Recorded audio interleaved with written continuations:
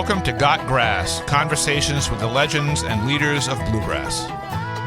You've enjoyed live Bluegrass at Guitar Town CT concerts in Hamden, Connecticut since 2008. From Tony Rice, Rouse Stanley, and Doyle Lawson to Tim O'Brien, Sierra Hall, and Billy Strings. Now you can go behind the scenes as we chat with your favorite Bluegrass stars. I'm your podcast host, Chris Worth.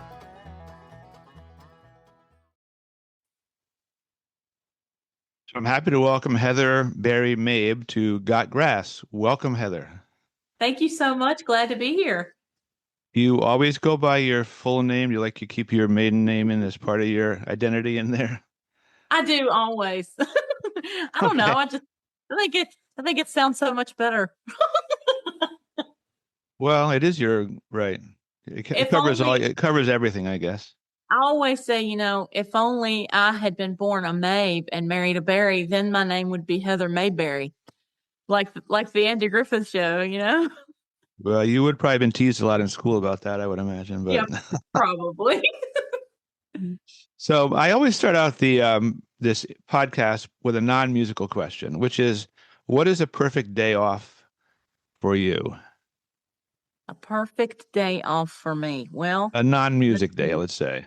A non-music day. If there is such a thing, I don't know. There might not be. Well, no, every day culminates in music. For me, I have to have music like all the time. If I'm in the car or just, playing around on my phone or whatever, I'm always listening to something. But I guess, let's see, probably a visit to Starbucks for whatever I'm in the mood for that day. From there, then maybe some Chick-fil-A. And then, let's see, then I would probably want to come home and spend some time with my kitty cat and my husband. I have this beautiful kitty cat. He's part Maine Coon and he's huge. His name is Prince and he rules the roost. He just lets us live here, Where is he today? He's not anywhere you can. No, he's snoozing. He's snoozing in the living room on the couch. And a lot of times he hangs out. I'm in my office right now, but a lot of times he likes to hang out and sleep under my desk. But today he's lounging in the living room on the couch there, taking a nap. But yeah, I guess that's about it. Nothing too special, really. Yeah. It's funny that, and this is just my observation, you mentioned your cat before your husband, which I know cat lovers are cat lovers. We have cats too. We have one now, but my kids. Well, then you understand. You get it. I get it. And my kids even more so. They're like total cat nuts. They want to get more. I don't know. I know we would love to get more too, but Prince doesn't like other cats. He's a solo. He's no other kitty cats. If it wasn't for that, we would have more too. I'm afraid of that too. You don't want to have two cats that hate each other, and then you're really wouldn't unhappy. That be awful? Yeah, for sure. So before I ask you any more music questions, I just want to tell you that you have one of the most beautiful and moving voices that I've heard in bluegrass music for a long time. The only other person who really moves me vocally in bluegrass was Tony Rice, believe it or not. Oh my goodness! Wow. Well, when he sang, you believed. I did. I believed what he was singing was him. And when I hear your songs, I feel like there's a lot of you in there too. So I just wanted to throw it in there to start. I do love your voice. So there's one song in particular that really gets to me, and it was the first song I ever heard by Red Camel Collective, which is "Daughter of the Stars." Yeah. And it reminded me of my youngest daughter, Isabel, who really is a daughter of the stars in many ways. Oh. She's 18. So was that song written with anybody in mind particularly? Yes. Yeah. It's a letter to my childhood self. So it's a friend of mine and I were talking one day about songwriting, and she said, Heather, have you ever considered writing a song from the perspective of that inner little girl? And I said, well, to be honest, I didn't even know I had an inner little girl. But anyway, the conversation affected me so deeply, and I just got to thinking, what would I say if I could talk to my younger self, and tell her all the things that she needed to hear, at that time.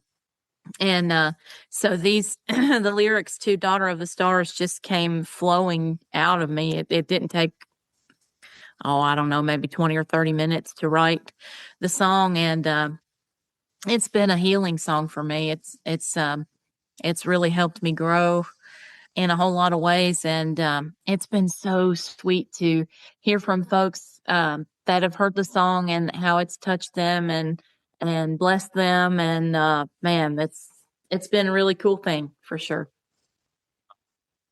I guess the things that you talk about in that song were things that people didn't really think about or talk about much when you were a kid. Certainly when I was a kid, but I'm quite a Yeah, bit older than you. sure. But those things were not, No. people got whatever teased or Yeah. categorized. Nobody talked about anything positive about that, Yeah, which for your sure. song really does. And so I feel like it's a powerful song Thank you. for many people and for many reasons. I mean, people just don't get recognized or get cast as something, and they have to Yeah, live with that their whole lives. that's right. Uh, That's exactly right. Yeah. it's a hard thing to, I guess, overcome. Yeah, for So, sure. yeah. So, where do you live now in relationship to where you grew up? Well, I'll Anywhere tell you the near? truth. Yeah, right down the road, actually. So I was born and raised in this little community called Shenandoah, Virginia, in the beautiful Shenandoah Valley in central Virginia. And when I was 18, I married my husband. We've been married for 20 years. We ran away and scared our poor families to death and all of that. But anyway, we lived in Tony's hometown of Walnut Cove, North Carolina for 20 years. And just a month ago, we moved back to my neck of the woods, about 10 minutes from where I was born and raised in Waynesboro, Virginia. And we live in a little ranch style house here right on the outskirts of Waynesboro. And we've been here, like I said, a little over a month. So it's good to be Wow. home. It's good to be Yeah, I home. would imagine so. So when you Yeah. were growing up, as a kid, before you got married and ran away and Yeah. rebelled, Yeah. was your house kind of like the music house in the neighborhood? Like everybody hung out there and played music all the time? No, well, not exactly. No, I didn't really have anybody coming over to my house to play music. Of course, there was always music going on because I was always listening to music.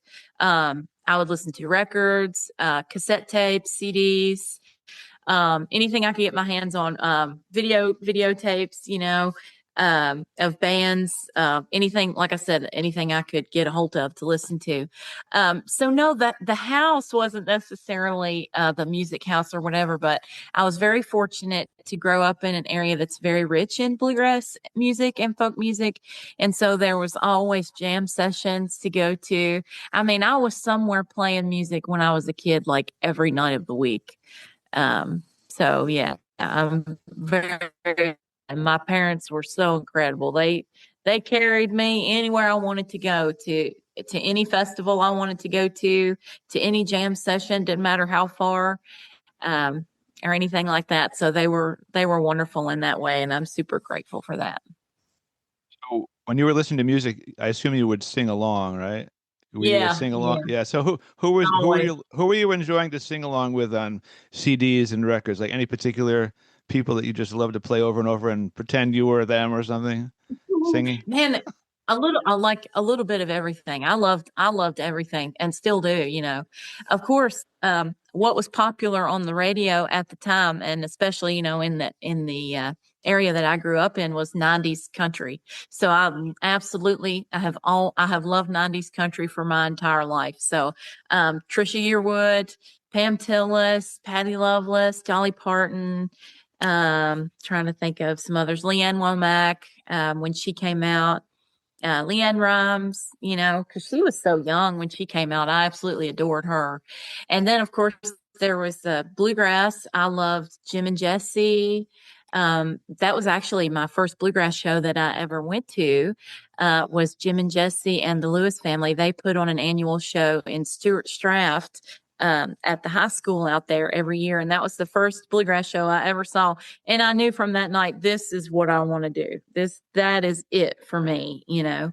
But then also my grandparents were huge Carter family fans. So they really turned me on to that kind of music. So I listened to that nonstop. I just idolized Maybelle Carter. I thought she was so incredible the way she could pick that guitar, and she would play the rhythm the whole time she was playing lead. And Yeah, I just adored her and her music, and but really like anything I could get my hands on. I've just been in love with music my whole life, you know. Yeah. So you mentioned a lot of female country singers there. I grew up listening to jazz and not really bluegrass at all until I was older. Nice. My mom was a jazz and classical pianist, so I listened to that a lot, and of Oh course wow. pop. But my oldest daughter got into like Western riding and barrel racing and that kind of stuff when she was about 13, which was early mid 90s. So I got turned on to all those, Brooks and Dunn, Garth Brooks, Alan Oh Jackson, yeah, all I that love all stuff. that too. You like, yeah, I love Alan Jackson. Tony and I are huge Alan Jackson fans. We listen to him all the time still. We are huge fans of his. yeah. So, was religion and or church a big part of your growing up? It sure was. My grandpa, on my dad's side, his name was Vernon Berry, and he pastored this little church in Waynesboro, Virginia called Central Baptist Church.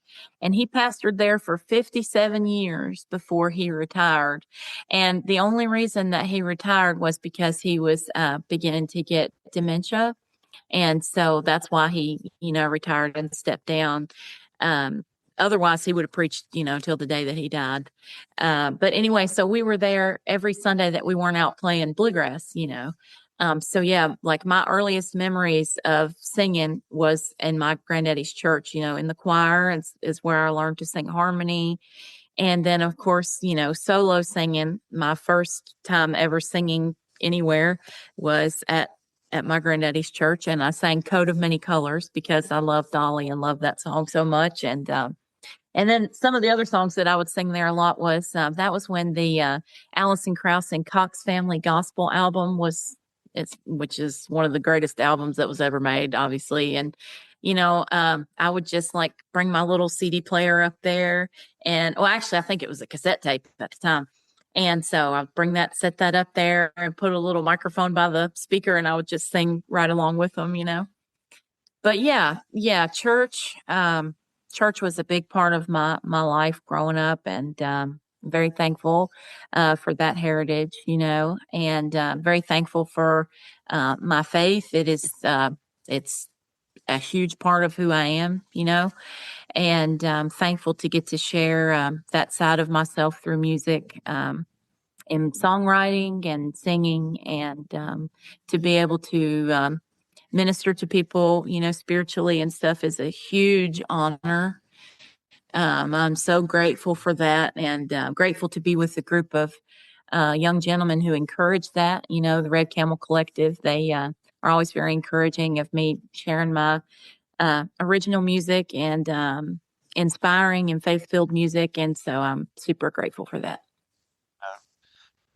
In today's world of bluegrass, just talking about bluegrass, do you feel like religion is still a big part of bluegrass music, or is it just certain, bands or acts that maybe go more that way, and others are more secular and just playing it for the musical sense of it, rather than the tradition or the faith?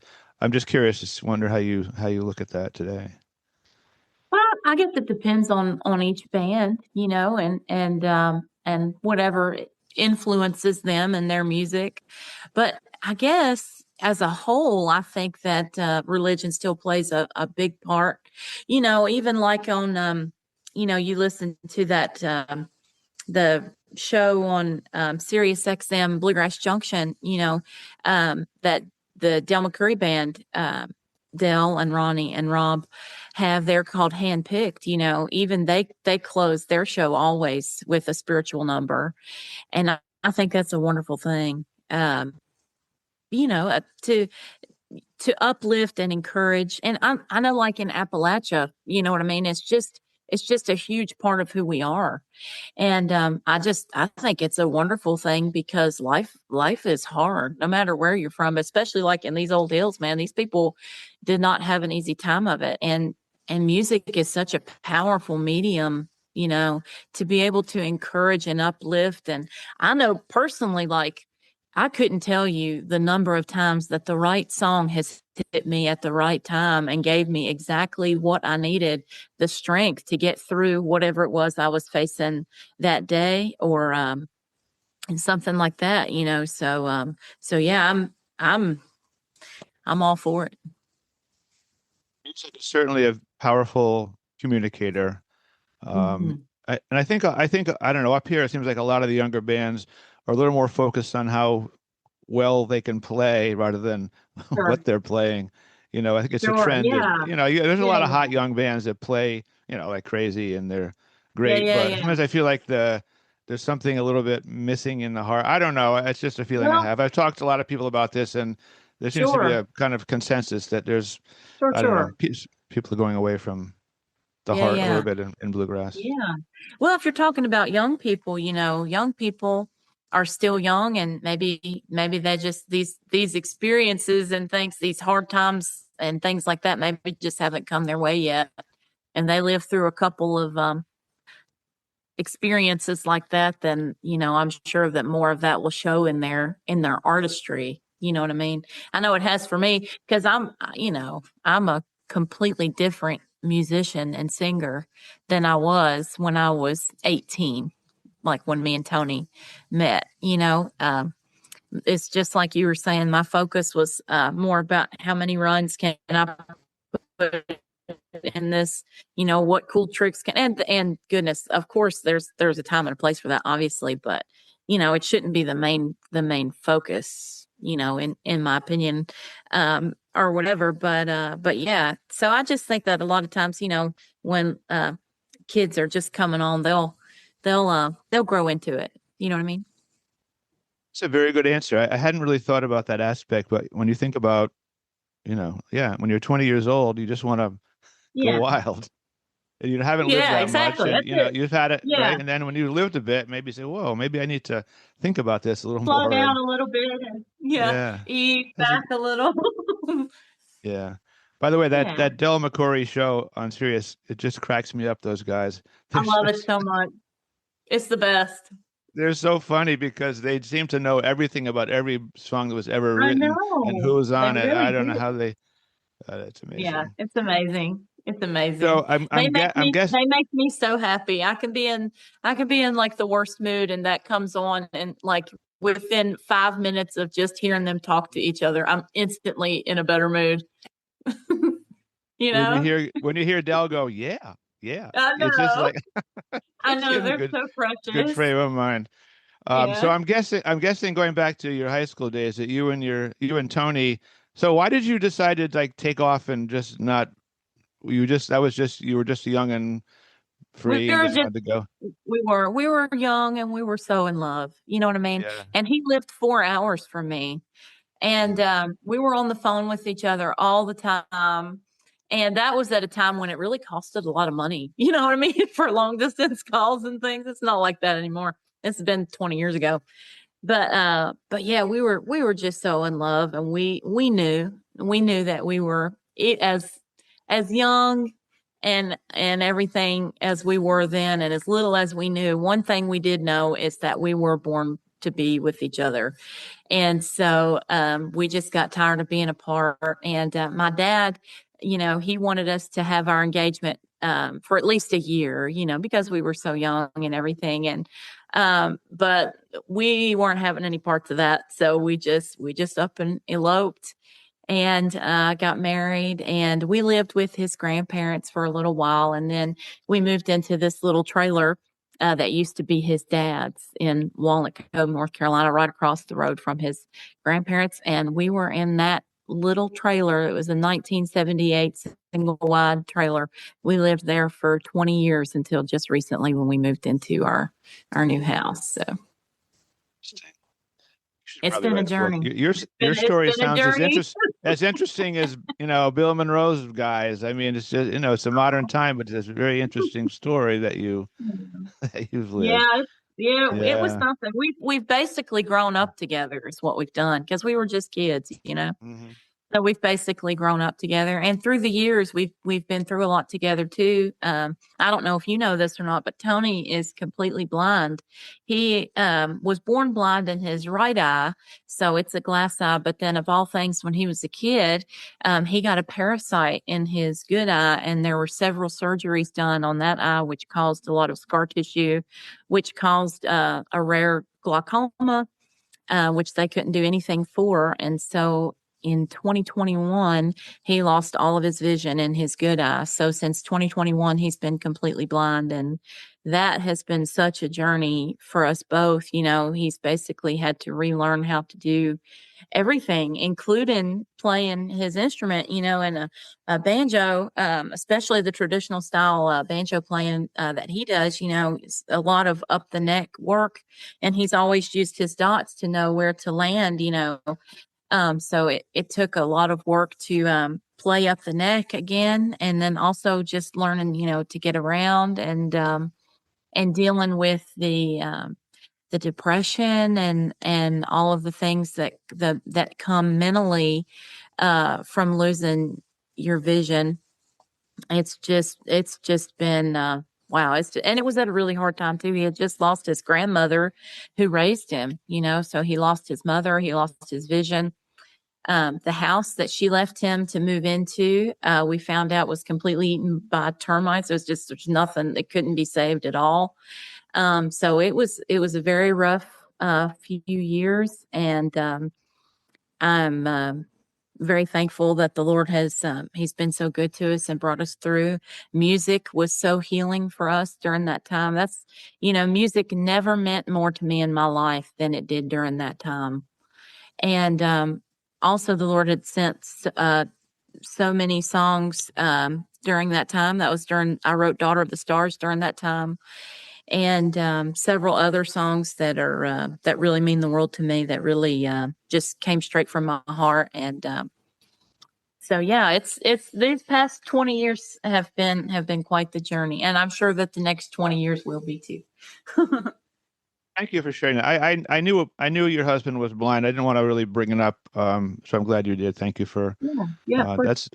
I was just thinking about, you know, the sense we have, the five senses, or maybe more. I don't know. Mm-hmm. We have the five that we talk about, and there's other senses that you probably know about. My daughter knows about, you know, but I would think for a musician, hard as it would be to lose your sight, losing your hearing would be maybe even more. Even worse, yeah, Yeah, for I sure. mean, there's no good loss of a No, sense, and and obviously losing your sight probably is harder to adjust to getting around. I mean, you know, because yeah, you can get around without hearing, but without seeing, you yeah. know, I guess he depends on you a lot He does. Yeah. to get. We make a good team, and I do the best I can. I've that was a learning curve for me too. I've run him into I don't know how many walls, how many door seals, how many posts, the whole thing.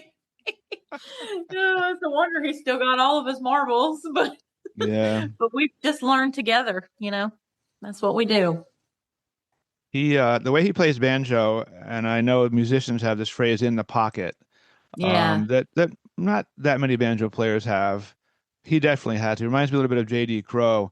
He's just, Yeah. the stuff I've heard of him playing, he's just like He is. right there, just right, you know, wherever the pocket is, that's where it is. I don't know if it's a little Yeah. behind the beat or whatever it is, but he Yeah, definitely yeah. has that skill, that He innate does. sense. Yeah, it's amazing. Yeah. He sure Yeah. does. He is an incredible musician. And the only one who don't know it is him. He never gives himself any credit, but he is an absolutely incredible banjo player, piano player, guitar player, bass player, singer. But about his banjo playing, you know, I don't think that there's anybody that pulls better tone than he does. His tone is just unreal. And he spends hours honing his, you know, because he's not just an incredible banjo player, but he knows so much about instruments, and he's constantly working with his banjo, you know, tuning his head to get it exactly where he wants it, and all of the other little particulars that he does to make sure the tone is the absolute best that it can be. He's just incredible for that. And he used to do some setup work for folks. He hasn't really done much of that since he's lost his vision. But I remember when we used to go to the Galax Fiddlers Convention, like there at our campsite, there would just be banjos just everywhere because people would all bring their banjos to Tony to have him set them up because he's just has such incredible ear for that. But it literally looked like all of the banjo players were just bringing and laying their banjos before him. That's what it looked like, because they were just everywhere. Like an offering. Like, here's my Yeah, banjo. Please yeah, help it. yeah. That's That's it. funny. That's funny. Oh man. I saw an interview you did a couple of years ago. I think it was on YouTube, where you were talking about how you'd love to play a duet with a couple of people. You mentioned Tim O'Brien and Yes. Sean Camp Yep. and Ronnie. Have any of those things happened yet? Have those happened No. yet? No. No, they Not haven't. yet. No. I mean, is there any? I see no reason why any of them wouldn't be thrilled to sing with you and play with you. Well, Have you even asked them? I guess the first place to start would be to reach out to, and I reach out to them, and I'm way too scared to do that. So, Oh, I don't see why you would be, man. You have anyway. Well, I love duets, and I feel like in some ways a duet is the most kind of precious kind of music thing because there's nowhere to hide, but you're working with somebody else, so it's a little bit of whatever you want to call it, hiding or camouflage, but you're basically out there on your own. And I like the way two people interplay emotionally, vocally. To me, that's just the ultimate. I love it. I love it too. It's so true. And yeah, those three that you mentioned are just some of my heroes. Tim O'Brien, I have loved since I was just a teenager. I was 15, I believe, and he was playing at this really cool venue in Charlottesville, Virginia called the Prism Coffee House. It's not there anymore. But he was doing just solo shows at the time, just him, and all of his many instruments that he plays and stuff. And I had heard him, with Hot Rise, and I had heard, I believe the album that he had out at the time was, I don't think it was Cornbread Nation. I don't think that had come out yet. But anyway, one of his solo records had just come out at the time, and I had listened to it, and I thought it was really cool. But man, the first time I ever saw him live, I was just sold. I was like, this guy is incredible. And it's not just his musicianship and his songwriting, which are over the moon incredible, and his singing, but also he just has this aura, this presence around him. He makes everybody feel so relaxed and like that everybody is a part of his show. You know what I mean? And it's so unassuming. Like, it's not like he's even trying. You know what I mean? It's just who he is. And I've adored him ever since. He is like my absolute favorite. And Ronnie McCurry, oh my gosh, everybody knows what an incredible mandolin player he is. It's one of the very best to have ever lived, and I loved hearing him play so much. But I hardly hear anybody ever talk about his singing, and I just adore his singing, his tone and his phrasing. It's like taking his father's sound, into the next generation, and I'm just so in love with his voice and also the songs that they play as the Traveling McCurries and all of that. I'm just all about it. And Sean Camp, I'm such a huge fan. I love, and not just his songwriting. Everybody knows he's a brilliant writer, but man, his voice is just so pure and so incredible. So yeah, those are like still the top three that I would love to get to sing a duet with. And maybe it'll happen one of these days if I ever get the nerve up to say anything. I think you should get on the phone after this podcast. I really do. Come on, girl. What are you waiting for? I know. I'm going to say, listen, Chris told me to call y'all. So that's why I'm calling. I mean, Tim, I know Tim a little bit. He's played up here quite a few times for our concert series. I think 7 or 8 times. And He was on my podcast. Sean was also on my podcast. Yeah.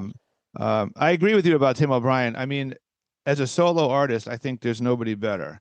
No. He is at his best by himself. He's great really with a band, but when he's by him, you're right. He just has this thing that is magic.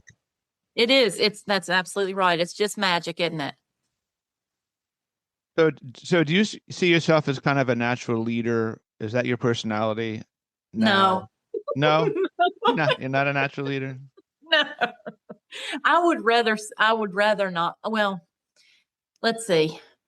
I think that I'm in the role now that I was born to be in, but I would rather not be the one to lead. I would rather somebody else make the decisions and do. but I really feel that, that the good Lord put me where I am right now for a reason. But sometimes I second guess myself. Let's put it like that. But what's so cool about Red Camel Collective, is that we all just work together, Tony and I and Jonathan Dillon, are partners, and we all just bring our ideas to the table. And if we very rarely disagree, but if we do, we just work through that and work together.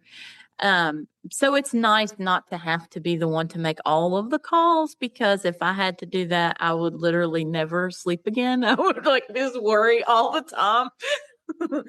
But it's nice to be in a partnership with two other gentlemen that we really see eye to eye on most everything, and that we can just work together, so then we don't have that big burden falling on any of us. We all can sort of carry the load together.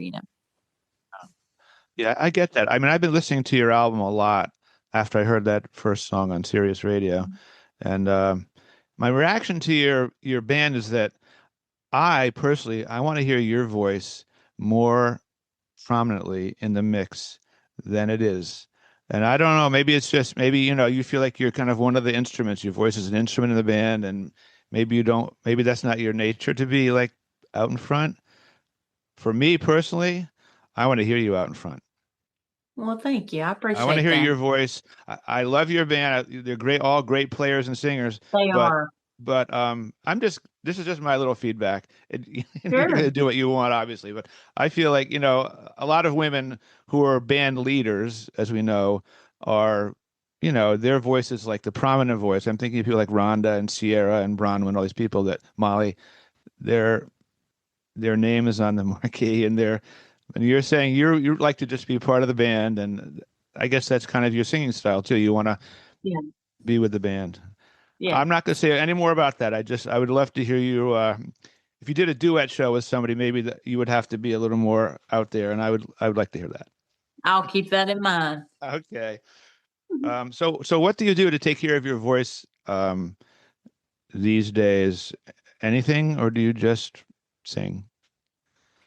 Oh, I don't. Well, I try to take care of my voice by not stripping it out and singing in the right key, singing in keys that fit my voice, so I don't strip it out. I try to drink a lot of water as much as I can. I'm not a huge fan of drinking water, so I always would rather drink diet soda, which is terrible for you. And but basically, anything that's bad for your body is bad for your voice. Drinking a lot of alcohol or using recreational drugs, not getting enough sleep, stress, all of the things that are bad for you is also bad for your voice. So I'm really trying to take better care of myself. It's not easy, but I'm trying. And so by doing that, I'm taking care of my voice at the same time, but yeah, lots of water. And also, if you don't like water, I use Crystal Light. That helps. I use the pink lemonade flavor. And then also I use cough drops. I'm a cough drop fiend, that they just help open you up and keep, lubricated and everything, so that you're not real dry. And also I chew gum on stage. I know a lot of people hate that, but it just helps. It just helps keep you, keep everything moist and lubricated and all of that. And so, yeah, that's what I do. Funny, because I grew up, I was 10 when the Beatles came out on Ed Sullivan Show, and John Lennon used to always chew gum often on stage while he was singing. Really, I never. Oh, if you look at some of the old video stuff of him, he's chewing a lot. And I always thought that was so cool that he would be that nonchalant. He could chew gum and sing and play guitar and not mess up any of them. Yeah, that's what we're gonna go with. It's cool. It's cool to chew gum on stage. It's cool. So, in your bluegrass life, what's a typical day for you? Like if let's say you're touring with your band, or you've got some performances coming up. What is there a typical routine you go through, like in terms of sleep, getting up? No. Pre-show ritual kind of thing, or you just go and play? No. Okay. No, It's always different, it depends on like, where you're coming from, like how far you've had to drive to get from one gig to the next, or if you're coming from home or whatever. I haven't really found a way to have a routine because it's different. It's different every time. Some places you go, you're playing two sets. Some places you go, you're playing one set. Some places that we've been playing, we're playing with Junior Sisk, and then we're playing as Red Camel Collective as well. So no, it's probably really helpful to have a routine, but I sure haven't found that rhythm yet. If anybody has any tips or tricks in that area and want to reach out and give me some pointers, that would be great. Do you have superstitions about like certain things you won't do before a show, or like, for example, do you change your guitar strings before every show like some people do? I've heard people No, change their guitar no, strings for every show. no. I use No, elixirs for that specific reason because me they too. last so long. I love Yeah, them. Yeah. and then also Tony always changes my guitar strings for me, so I'm really spoiled. He changes my guitar strings for me, but he usually changes his strings before every show. But it's not necessarily like a I can't think of the word that you use. It's not a superstition at all. He just does that because his strings tend to die really often, and he just wants to make sure that they're really fresh and sounding really good. But no, I don't really have any superstitions of anything I need to do before I go on stage. I will say I love it if we can have a minute to warm up together as a band.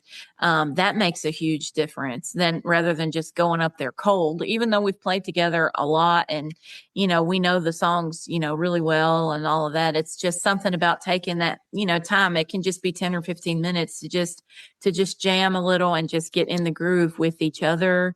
That makes a huge difference. I can always tell when we've done that and when we haven't, so we do try to do that.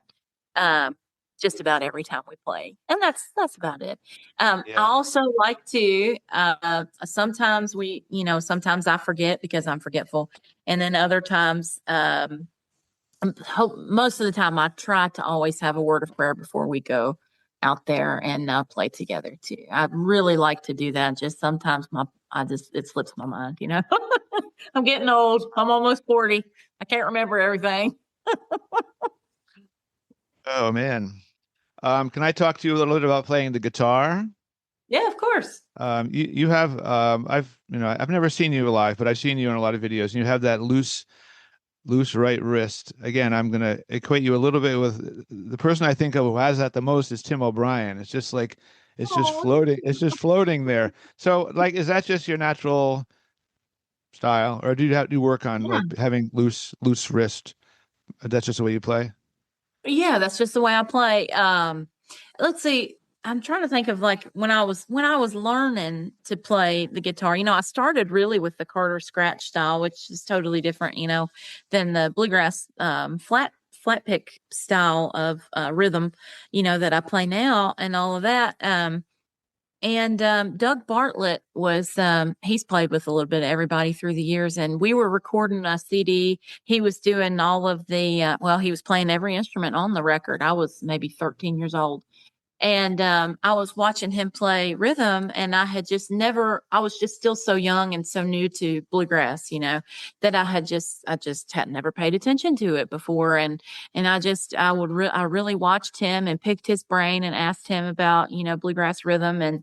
And he gave me some pointers there. And so from that point on, I really just honed in on rhythm guitar because it just became so fascinating to me. And to me, it's like the unsung hero of bluegrass music is the rhythm guitar, and it's one of those things. If it's really, you may not even notice it, but if it was to stop playing, it would sound like everything would just fall apart. It's like the glue that holds everything together, and it's also like the base that you build off of. I mean, like, you've got to have that good, strong rhythm guitar in there to support a really good break. Like if you have somebody doing this really hot instrumental break, but the rhythm behind it is just junk, I mean, it's not going to sound good, So it's the opportunity to be there to help the other people in the band shine when it's their time. And also, I just love rhythm. I love percussion. I love, drums. The mandolin, the bass, and the rhythm guitar together is just such a beautiful thing. It's like chef's kiss, when it's right on the money. And so, my favorite rhythm guitar players, Tony Rice, absolutely the best ever. He's my hero in that realm. And then someone who doesn't get enough credit for her incredible rhythm guitar playing is Becky Isaacs. I don't know if you've ever had the opportunity to listen to her or to watch her, but her wrist is absolutely, I mean, it should be like insured because it's just so incredible. And then, of course, like you said, Tim O'Brien, oh my gosh, what an incredible rhythm guitar player, and mandolin too. It's neat to watch him do rhythm on mandolin because he doesn't exactly chop, it's sort of, he treats it how you would treat, bluegrass rhythm guitar, which is really, really, really neat. And Jimmy Haley, I love his rhythm. And there's several more, but I won't bore you with because I could just keep going on and on all day. But those are like my tops. Do you teach guitar at all? No. I did for a little while, and I found I'm not the best teacher. I can, it's harder. There are some people who are just really, really good at giving lessons and teaching, and I was just not blessed with that gift. So no, I tried that for a little while, and I didn't do so great at that. So what was hard about it? I'm just curious because I've been teaching these bluegrass classes up here at this school for a couple of years, and I play guitar, but I've been playing mandolin lately, and I love the mandolin. Nice. But I'm just curious. I mean, to me, teaching is like these are adults, so I try and figure out what is stopping them from being whatever better rhythm player. There's usually something they think about themselves that I just can't do this, or a lot of them are like rock or folk strummers. I say you can't strum like you can't strum like Dan Fogelberg, blah, blah, blah, blah, blah, blah, blah, blah. You can't do that. It's bluegrass. That's a hard lesson for a lot of guitar. But so what was it? What was hard about it for you? Like, why do you say you weren't good at teaching? I'm just curious. It's trying to find the words to express what and to put into words what I'm trying to express to the other person. I can hear it all day, but trying to find the words to express it to that person and just trying to find the words is hard. It's hard for me. And also because I had, I learned at jam sessions and just getting pointers here and there from people, but I never really had formal lessons. And so I think that is sort of hard too, because I wasn't really taught in that way. So I don't really know how to teach in that way. I just always sort of learned by watching people, and so yeah, I just, like I said, it's just hard for me to put into, I just don't know how to translate it. You know what I mean? I do. I mean, I think most bluegrass instruction is still based on, by ear playing. I mean, that's how I do it. Because they all come in with their music stands and their tab. I say, no, there's no music stands and tab in this class. You're gonna listen and you're gonna play. You're gonna hear it, because you have to hear it. If you can't hear it, you can't play it. And that's been a hard lesson too for some people, because they're so dependent on looking at something when they play. Say, no, just listen to the person next to you. Well, I can't play. I can't play. Well, you can. It's just, so I don't know. I'm sure you can do it. You don't have to know a lot of music theory. You just have to know how to play and what sounds right, and you can get through it. Yeah. I was just going to ask you quickly. I'm sure you get asked a lot about your colorful tattoos, but it's kind of hard not to notice them. Were those something you did? I wish more people would ask about them. Nobody ever talks about them. Oh my goodness, I can't believe it. Everybody pretends, like I feel like nobody even sees them. Oh no, that's the first. I spent all this time and pain for nothing. No, I'm just kidding.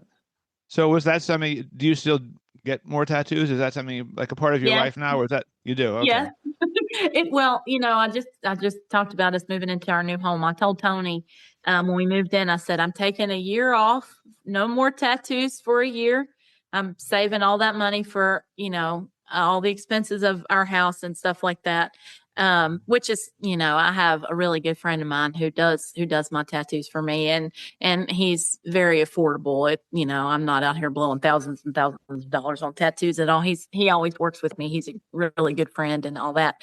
But still, all of the extra money that I have is going into the house because, it takes a lot of money, to get to where we moved into an older house that needed some repair and all that. So long story short, a year off from tattoos, no tattoos for a year. I'm saving my money and all of that.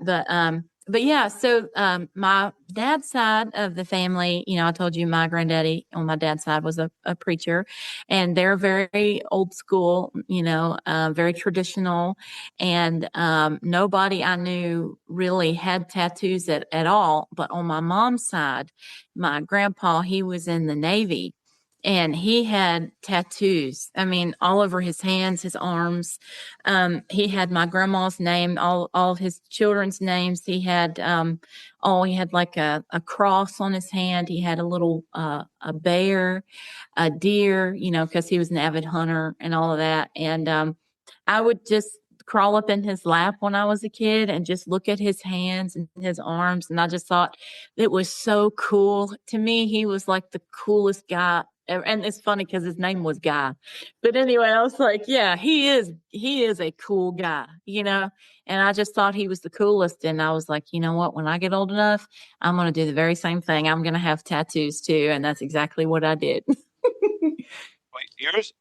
So is there a theme, like a theme to your whole tattoo collection, kind of, or is it just? I have all kinds. I have all kinds of stuff. I have, but they're all really bright and colorful because I love colorful tattoos. I love black and gray too, but for me, personally, I love color tattoos. But I have a little bit of everything.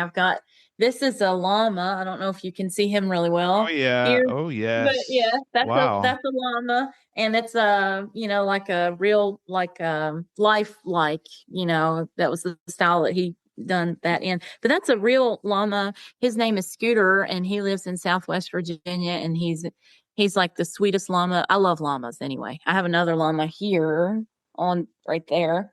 But he's a real llama, and he's so sweet and loving. And he was allergic to his mother's milk, so they had to bottle feed him. So he loves people, so he'll let you hug him and stuff. And it was the first time I had ever met a llama that would actually let you like hug him, and he would like give you kisses and stuff. And it affected me so deeply that I got a tattoo of him on my on my arm. And then actually we were talking about Daughter of the Stars. I have a Daughter of the Stars tattoo right here. Beautiful. Yeah. I ran across this image on Pinterest. It's an older image. I think it was like a American traditional style tattoo. And I said, oh my gosh, that looks just like Daughter of the Stars. So I've got to get that. So I did. I have this bow here on, this was my most recent tattoo on my hand. And I just wanted a bow. That was just because I just wanted a bow. And he drew that up for me and put that on there. I've got all kind of stuff. I've got an angel holding a little lamb. Got a big rose. I've got the wildwood flower. That was my first tattoo on my leg. I've got my auto harp, a picture of my auto harp tattooed on my leg. And I just love them. It's an addiction. If you ever start, you'll never stop. I'm probably not going to start at this point, but what's funny too, because you'll save a lot of money and a lot of pain if you don't. Yeah, because growing up for me too, I mean, it was mostly men in the Navy who had tattoos. That's right. Had an anchor, had mom, all this kind of stuff. But now, as you know, everybody, it's a big thing, and it's very mainstream now. Yeah, it is. Yeah. So, do you ever feel like when you're performing in certain areas, you have to be a little more modest about covering up your tattoos, or you just let it show? Yeah. Yeah, I used to not, because I don't want to be disrespectful to anybody or their beliefs or anything like that, and I don't want to like hurt anybody's feelings or step on anybody's toes ever, the older I've gotten, I just realized like this is who I am. You know what I mean? This is part of me. They're not just tattoos to me. Most of these really mean something to me, and there's a reason why I got them, and it's part of me. Like, And how cool is it, honestly, that you can get artwork that then, like, you don't just wear it on your shirt or hang it on your wall. It actually becomes part of you, you know? And that's how I feel about my tattoos. And I'm not ashamed of them. And I don't, no, I don't try to hide them anywhere we go. Cause I love them. I love them. And, you know, when you look at me, what you see is what you get. This is me, you know, this is who I am. And so, I'm a kind person. I'm a caring person, and I don't have any reason to be ashamed of my tattoos or any other part of myself. So. Would you let tattoos go up above your shirt line, like up your neck? Like I see people with like snakes around their necks, and Yeah. yeah. Well, you know, everybody has their own preferences and of where, you know, of how they would do. I personally, if I ever saw something that spoke to me, and that if I ever saw something that I liked, maybe. I know. Well, also my husband Tony has said never put anything on your neck or your face, so there's that. But yeah, I mean, you know, I say to each their own. I don't know. I think it would have to be something that really spoke to me or something like that before I would consider doing something like that, you know. I do have I have a heather flower right here on my collarbone. So that's pretty close, you know. Question is, you know, this is only an audio podcast. I'd like to do a whole video podcast on your tattoos, because I think people would be amazed. Yeah, I mean, come on. Well, pretty amazing stuff.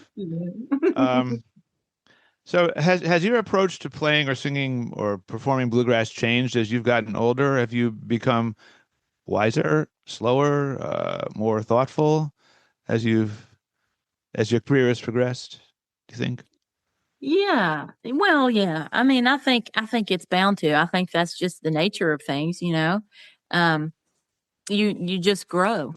You know what I mean? You grow as a person, and you grow as an artist, and, you know, maybe your tastes change, or you discover new music that begins to influence you, you know.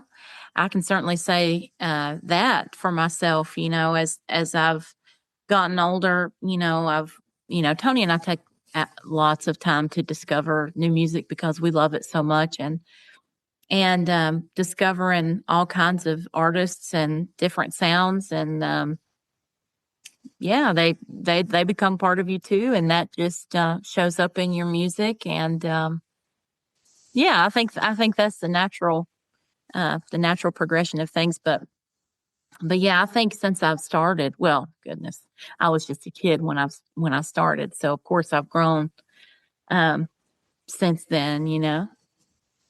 Yeah. I was going to ask you that because, like, how many in your set list, for example, or on your album, do you try to make a blend of like half your songs and half covers, or is that not even enter into the equation? Well, I that's a really good question. So, like, when we did our first album, I had maybe 15 original songs that I was, you know, considering and wanted help picking through, you know, like what do we want to do of these original tunes. And so Tony and Jonathan and I sat down and we picked out, you know, what we felt was the strongest. And then that ended up being 5 of those. And then we found 5 covers that we loved and felt really strongly about, you know. And then actually for this album that we're working on now, that'll come out in the fall, it ended up being about like that too. I think there's 4 of my original songs on this one. And let's see, another original tune by Bob Minner. And then the rest are cover songs. So it's sort of ended up being that we'll have like half original and half covers, but it wasn't really by design. It just kind of worked out that way. But it's turned out to be a really good formula because that way, you know, every song sounds different. Like I don't ever want it to sound like, well, all their songs sound the same. You know, we want, you know. There's so much music out there. There's so many different approaches to songs and all of that. And so we want it to be as diverse as we can make it, you know, and also because Tony and Jonathan can play anything and we want to show them off. Well, that's You're fortunate to have an amazing band. Yes, they For a are four-piece amazing. band, you guys really, really rock it, I have to Oh, say. I thank mean, you. Thank you. um, so I was wondering kind of where you go to find songs. I mean, you found that Charlie Pride song, "Roll On Mississippi," right? And you Yeah. really, really picked up the tempo on that one and made it into a really great bluegrass song. So do you just listen to whatever Spotify or whatever you can Yeah. find and just find Yeah. songs? Spotify and YouTube. Yeah, Yeah. Yeah. yeah. But that's how we found that Charlie Pride number, you know, because I'm a huge Charlie Pride fan. I've loved him since childhood. But I had never heard Roll on Mississippi. It just came up on a playlist on YouTube and I was like, "Oh my gosh, this song is so incredible." And his version is so powerful, you know, it's so slow and beautiful and all of that, which of course we put a bluegrass treatment on it, you know, and picked up the tempo and everything. But the reason I really wanted to do that was because his version was so magical and I knew nobody could recreate that. So we just needed to take it in a completely different direction there. But yeah, YouTube and Spotify has been amazing for finding new artists and new songs and things. But then also just years of listening to music, I've just, you know, sort of tucked away these songs in the back of my mind. It's like I'll hear one and then I'll earmark it and say, "Yep, I would love to cover that one day." And then eventually that day rolls around and I'm like, "It's time." Uh, do you think songwriters on, let's say, Music Row, do they pitch songs to your band? I mean, your band's gotten pretty well known pretty fast from your first album. I know you played with Junior Sisk a long time and you've been playing a long time, but the first album, it's all over Sirius Radio. I mean, you've gotten a Yeah. lot of awards. Your band has really become noticed. So are songwriters, you know, you mentioned Bob Minner, whose name I see on a lot of songs these days. He's Yeah. really out there. Do people like come to you and say, "I have a song I think your band might sound good doing or enjoy doing"? Is that starting to happen, or has it already happened? Or Is. Yeah, yeah. A lot, yeah. A good amount of folks are pitching us songs. And to that I say, keep them coming. We Mhm. love that because we're always looking for new songs and you never know who is going to have the right song for you. So if anybody's listening out there and has an original tune, please send it. We would love to hear it. Um, so looking back in bluegrass history, I guess, or music history, but bluegrass especially, is there anybody that you would have loved to have sat down on the couch with and just played music for a couple hours by yourselves? Just any particular figure, Mm, hero? Uh, I don't so know. many, so many. Who comes to mind? The first one that came to mind when you asked the question was Maybelle Carter. I just looked up to her so much and admired her. And she was such a trailblazer. You know what I mean? And she just seemed like such a beautiful person. I would have loved to have sat down with her and got to play some of those old Carter family tunes, but not just to jam and sing and play with her, but to just talk to her and hear her story because she had an incredible story too. And she was just such a beautiful person. So that's the first person that comes to my mind. Yeah. Do you have a musical hero in today's bluegrass world? I mean, you talked about, you know, Tim O'Brien, Sean, and Ronnie McCoury, musical people you'd like to work with at some point. Is there anybody that Mhm. you just feel, oh my God, that's my person in today's bluegrass world? Those Probably three. those three. Okay. Yeah, there's many more. There's many Yeah. more.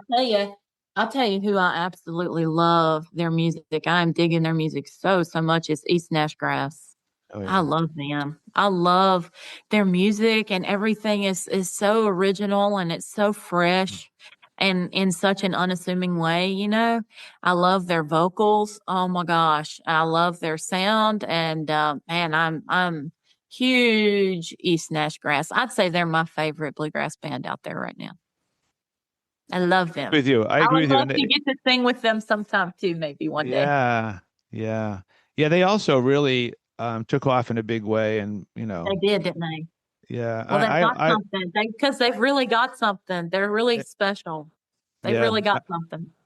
Yeah, I love as a mandolin learner, I love Harry Clark's mandolin I playing. know, I love He's it so too. It's different. so He's cool. just in his own world of mandolin. It's just so It's just so interesting cool. how he looks at it. Yeah.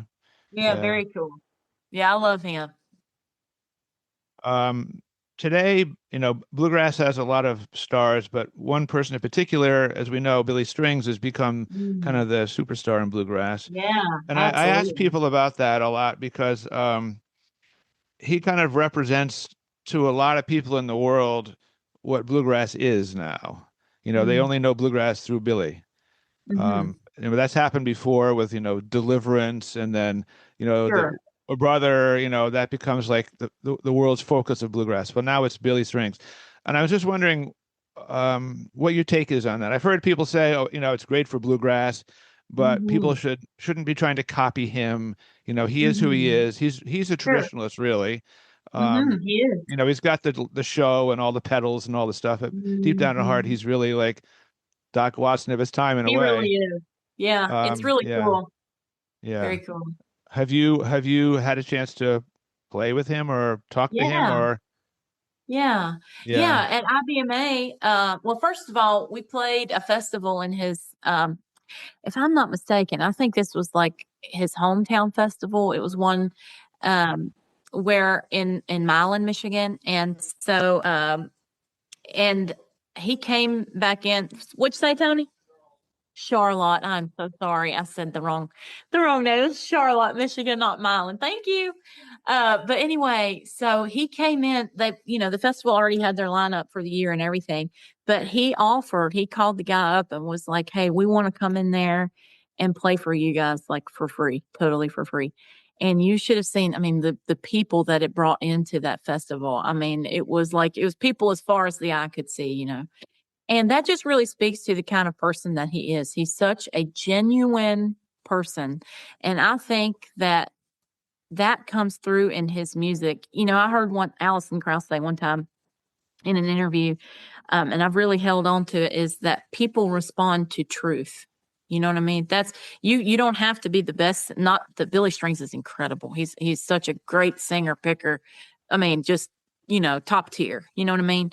But what she was saying was you don't have to be the best at what you do. What you have to be is authentic, you know? And that resonates with people and people respond to truth. And that's what I see when I look at Billy Strings. He is 100% himself. He loves music. He does what he loves. He does what he believes in, and he doesn't listen to anybody else. He's not up there trying to win over anybody. He is not up there trying to be the guitar player of the year or try to be this, that, or the other. He is just being himself. And I think that honesty is what skyrocketed him to where he is. So in that sense, I think we should all try to be like Billy Strings. I think we should all be our authentic self and play what feels true and right for us. And do it for the love of the music, and wherever that takes you is wherever that takes you. You know what I mean? I think people that I've talked to on the podcast or otherwise were saying basically not what you're saying. I agree with. They were saying don't try to sound like Billy Yeah, Strings. Just be exactly. yourself. And if That's it. that is what I mean. I always remember hearing this quote from Alison Krauss about Tony Rice that she listened to his records and she thought he was singing to her. He was just I so know. real. I can And relate. I can totally relate to that. Yeah. yeah, and so I guess that's the key. If you can do that, Hmm. you've made it, you That's know. it. Yeah. Um, Anything else you'd like to talk about that you would like the world to know, or my podcast world to know about you that they don't? I would really love your band to come up here and play in Connecticut sometime. I don't know Oh, if that'd you be awesome. get up here much. But yeah, I've been doing shows up here for 18 years and have had a lot of Nice. big names and a lot of young bands too over the years. In fact, Well, we'll Tony have played to. here We'll four have times, to. but yeah, Oh wow, that's yeah. incredible. We'll have to talk about that because we would love to come up Okay. and play in that neck of the woods for sure. Yeah, I think Um, people would be into your music up here. I really do. well, well, we Yeah. would love to come. We sure would. And yeah, I mean, I can't really think of anything else to say. Yeah.